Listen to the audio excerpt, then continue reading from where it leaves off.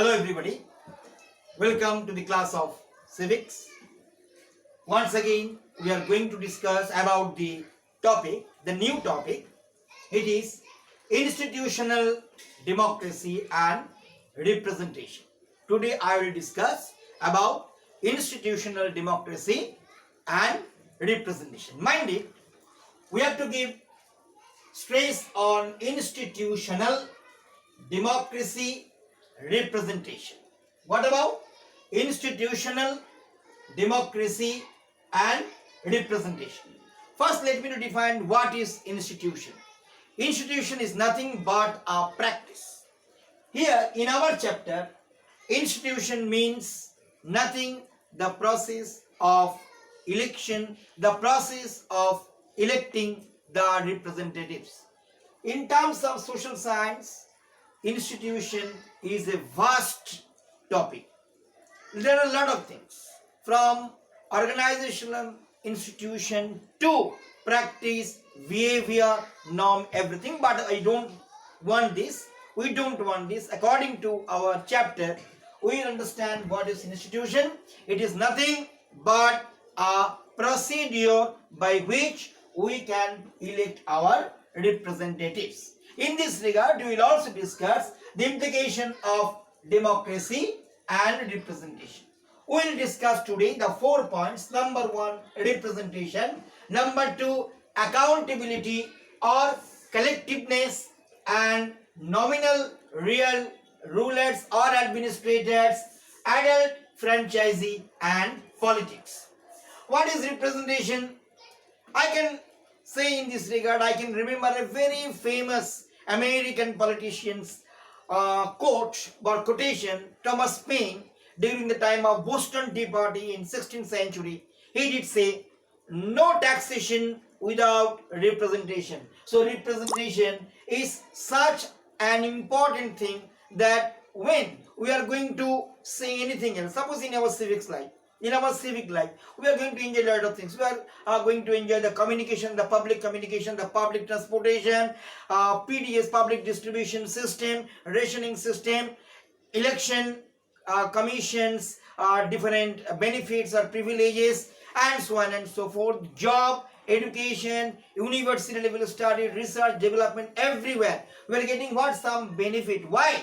Why government will give us, or public or private sector give us these benefits? Because we have representation in parliament.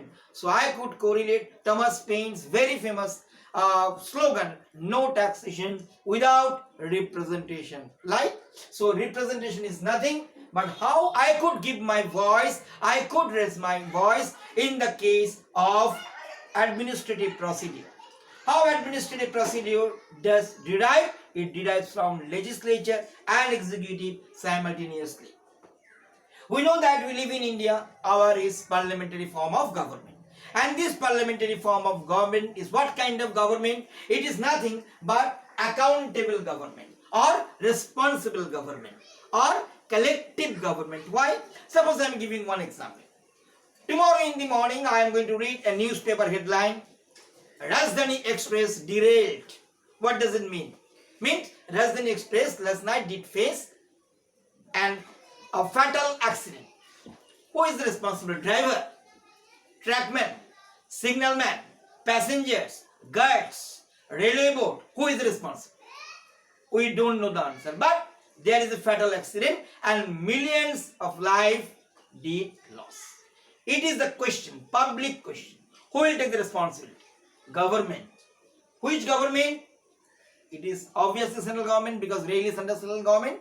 And who is that particular person? The rail minister and the Ministry of Railway. They have to explain that why did accident occur, who were or who was the responsible, such and such as all these things. After a probe, the entire matter will come under light, and from there we will know that what is the possible reason of this kind of railway accident. And if the ministry is not giving the right and logical and acceptable answer, means they are accountable togetherly. Who is railway minister? Who are the bureaucrats involved in the railway ministry? I don't know.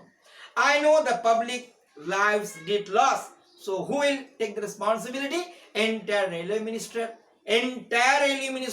as well as Prime Minister as well as central cabinet and central government. That is known as accountability.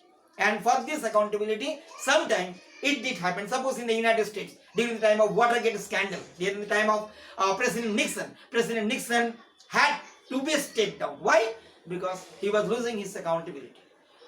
What is accountability? That I did discuss. But in this regard, we have to know the kinds of rulers. There are two kinds of rulers in democracy. One is nominal.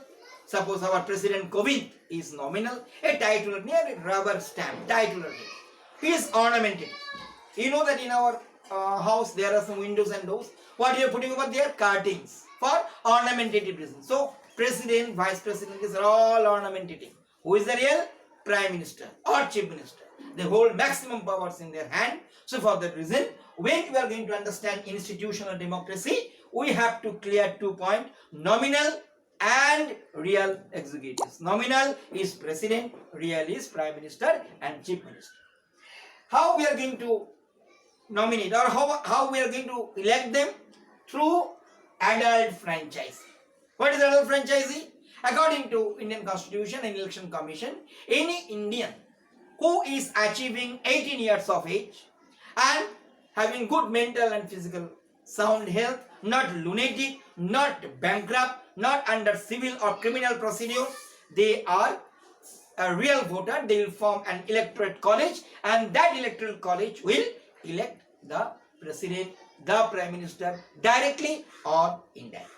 That is known as adult franchise. In a simple word, adult franchise means at the age of 18, when you will get the voting right to elect your representatives, that is known as adult franchise.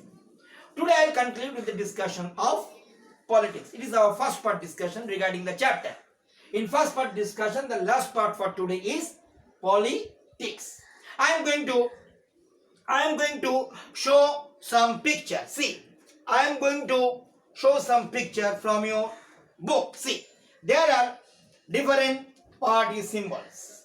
Look, there are different party symbols. Understand? See, there is hand, there is lotus, there is key and hammer, there is an elephant, there is a cycle, there is a lantern.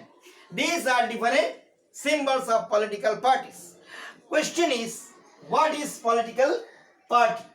Political party is a group of people who are behaving like a unit. Suppose I can say Congress I, Congress R, Congress S, BJP, Communist Party of India, Anna Dravid Munnetra Kazhagam, ADMK, AIDMK, such and such, Akali Dal, Lok Dal, RJD of Bihar, lot of things. They are all political parties. I did show just from your book the symbols. So these are creating politics. What is politics? Politics means quarrel, fighting, throwing table, chair, book, one to each another. No, that is not politics. It is hooliganism. I am not discussing about hooliganism. I am discussing about politics. Politics is an art of controlling civic life and administration. Politics gives the birth of the normal condition, minimum condition of civic life. What is that? We will run municipality, we will run panchayat, we will run local administration, we will run state administration, we will run national administration. As a whole, as a unit, we will serve. So who will come when to serve us? That is depending on the people's mentality, the voting right, the voting opinion. That is something different. I am not going to discuss that. I am just going to define what is politics.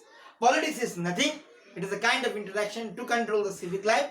And what is political? When I am going to implement these theoretical implications in practical life, that is known as political. Hope you enjoy this class and you have understood what I am going to saying today.